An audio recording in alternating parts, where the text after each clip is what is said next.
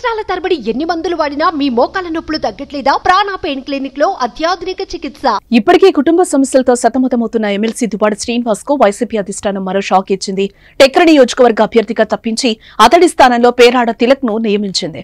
ఈ మేరకు YCP party కార్యాలయం నుంచి గురువారం రాత్రి ఉత్తర్వులు వెలువడ్డాయి. ఫ్యామిలీ గొడవలతో గత 2 వారాలుగా దువ్వాడ శ్రీనివాస్ వార్తల్లో నిలుస్తూనే ఉన్నారు.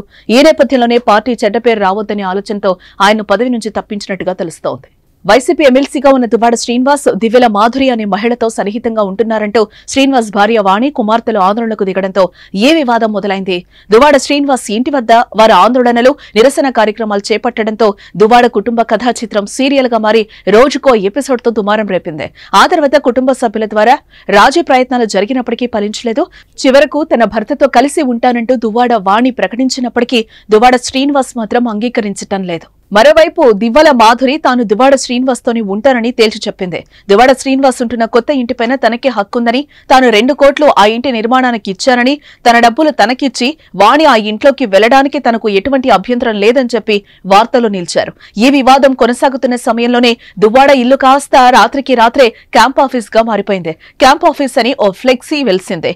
అలాంటి పరిస్థితుల్లోనే రాష్ట్ర వ్యాప్తంగా ఈ దువ్వాడ శ్రీనివాస్ వ్యవహారం చర్చనీయాంశమైంది. ఈ పరిణామాల నేపథ్యంలో వైసీపీ అధిష్టానం దిద్దుబాటు చర్యలు చేపట్టి శ్రీనివాస్ ను తప్పించి పేరాడ తిలక్ కు టెక్కలి నియోజకవర్గ బాధ్యతలను అప్పగించింది. దీనిపై దువ్వాడ శ్రీనివాస్ ఎలా స్పందిస్తారనే దానిపై రాజకీయ వర్గాల్లో ఆసక్తి నెలకొంది.